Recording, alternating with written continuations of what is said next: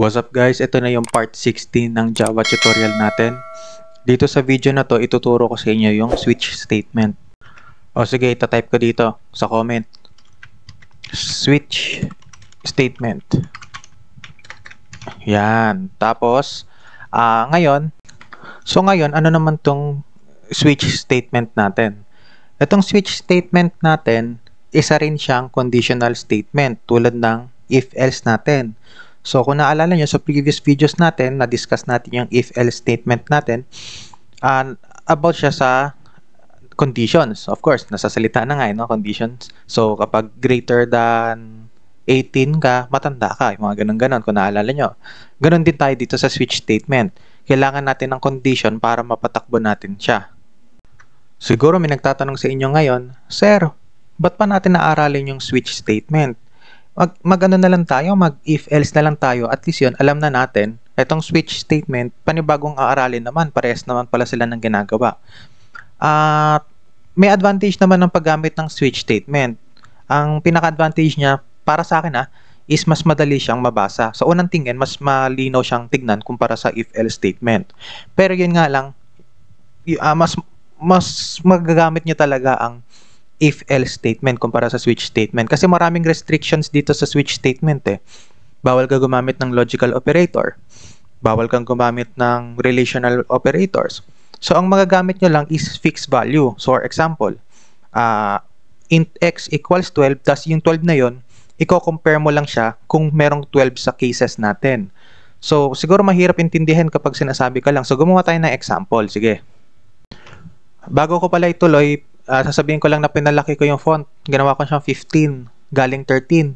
Kasi baka nahihirapan kayong makita kapag masyadong maliit yung font na ginagamit ko. So, ginawa ko siyang dito sa main menu, tapos settings, baka nakalimutan niya lang. Under editor, dito sa font, tapos ginawa ko siyang 15 sa size. Okay? Sa apply, okay. So, start na tayo ulit. Mag-initialize na tayo. Int x equals 4. Ganyan na lang. Tapos dito sa baba, maglalagay na tayo ng conditional statement natin. Ang conditional statement na gagamitin natin dito ay switch statement. So, lalagay natin switch. Tapos dito sa parenthesis, ilalagay natin dito yung variable o yung value na gusto natin ipa-compare. Ano ba yung variable na yun? Ito yun, no? Yung x. Yan yung gusto natin ipa-compare sa mga cases natin. Ano ba yung mga cases na yun? Yung mga cases na yun, yung mga ilalagay natin dito sa loob ng curly braces natin. So, for example, meron kang case 1, case 2, case 3, case 4, case 5, tapos hanggang case 1 million. Hahanapin ng switch natin doon. Etong 4 na to, saan siya pumapareha sa case? Case 1 ba? Hindi. Case 2 ba? Hindi. Case 3 ba? Hindi. Case 4 ba? Oo, kasi case 4. 4 nga, di ba? So, nakikita ng switch natin na itong 4 natin sa loob ng parenthesis na to ay parehas siya doon sa case 4. Nagagets siya ba? So, siguro, i-type ko na lang para mas maintindihan natin. So, lagay natin dito, case, tapos yung value na gusto nyong ipa-compare sa x natin. So, pwedeng 100, pwedeng 200, pwedeng 300, 350, tapos 11, mga ganun. Pero gusto kong gawin para mas malinis tignan or siguro mas madaling tignan dito sa example natin, gawin kong sequential. 0, 1, 2, 3, 4, 5, 6, siguro kahit hanggang 7. So, case 0. Yan. Tapos, huwag niyong kalimutan yung colon. Dahil dito sa colon na to, sa right side niya, yan yung code na tatakbo kapag yan yung case na nahanap na pumaparehas dito sa variable natin. So, lagyan natin dito, kahit system.out.println na lang, lagyan natin, this is number 0. Tapos, i-copy-paste na lang natin.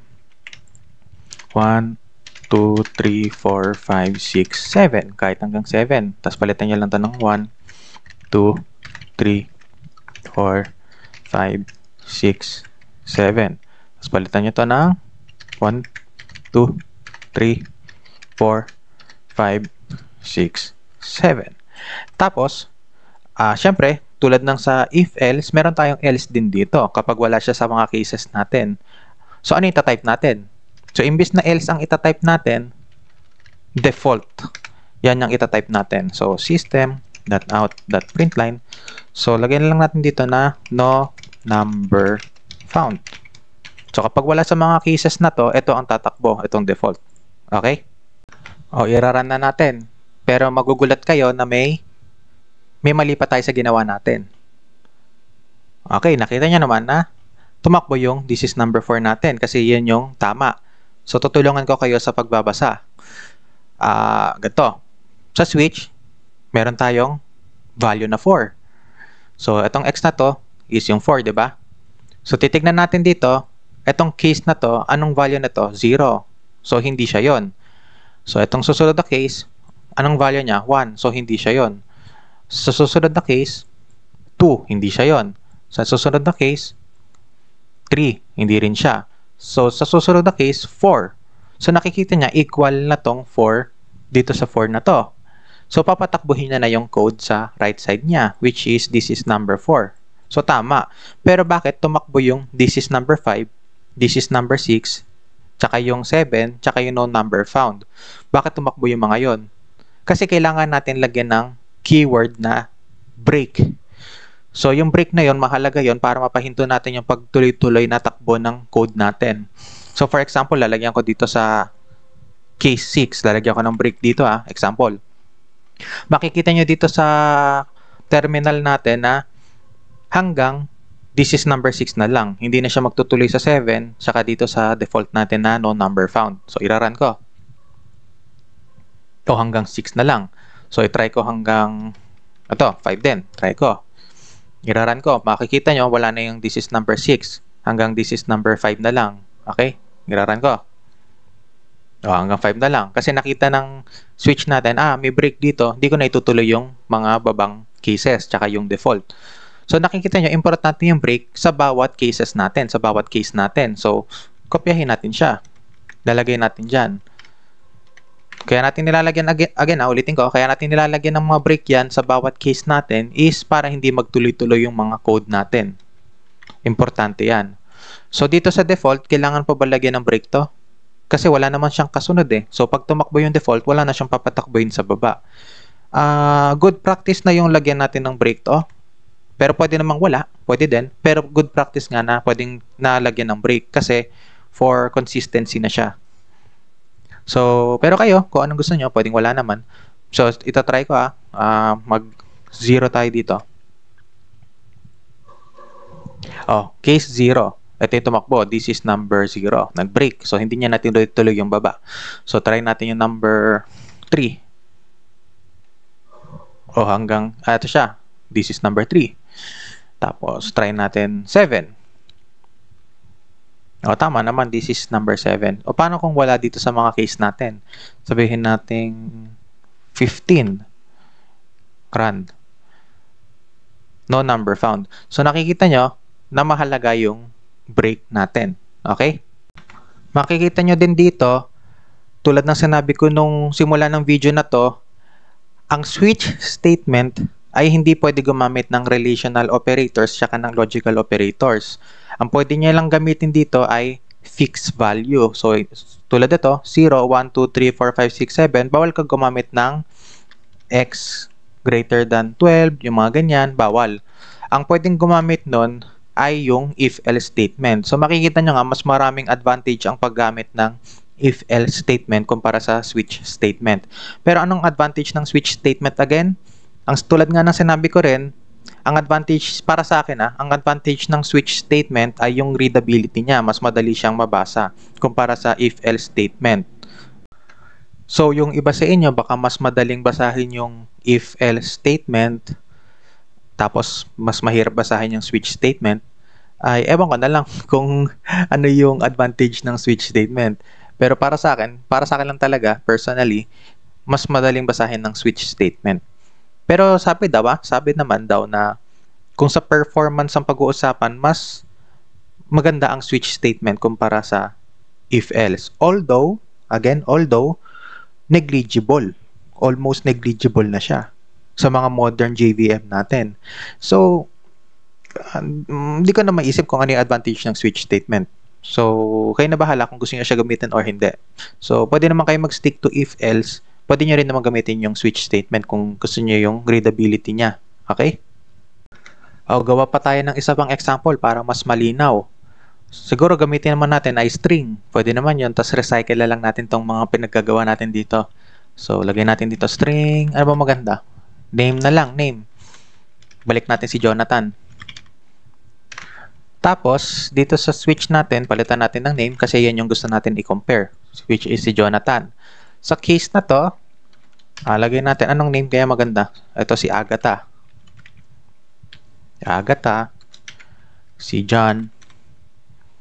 Tapos dito naman si... Sige, lagay natin si Jonathan dito. Tapos si Pablo. Tapos dito si Karen.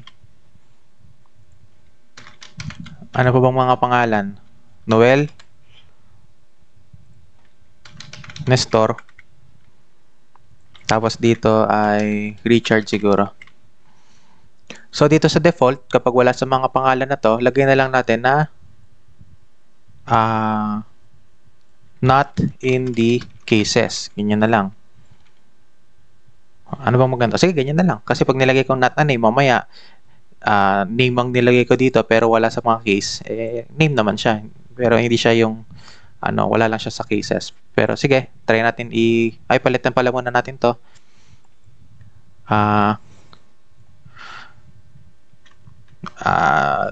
The person's name is Agatha. Copy paste. So medyo matrabaho lang, no? Pero madali lang naman siya, no? Sige, ganyan na lang natin. Yan. Tapos i-copy ko na lang to. Siguro forward nyo na lang kung medyo natatagal lang kayo. Pablo. Karen. Nestor. Ayan, Richard. So, try natin na run si Jonathan. The person's name is Jonathan.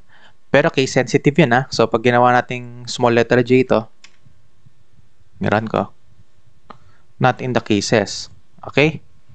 So, pwede naman lagyan pa natin ng gusto bang si Karen. Yan, Karen. Try natin. The person's name is Karen. Tapos, kunyari, na-typo tayo, nalagyan natin ng dot. Tignan natin. Not in the cases. So, kailangan, saktong-sakto siya dito. Last. Lagay natin si Nestor.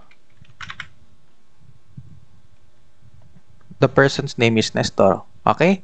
So, siguro hanggang dito na lang tayo. Tapos, kita-kita tayo sa susunod na video.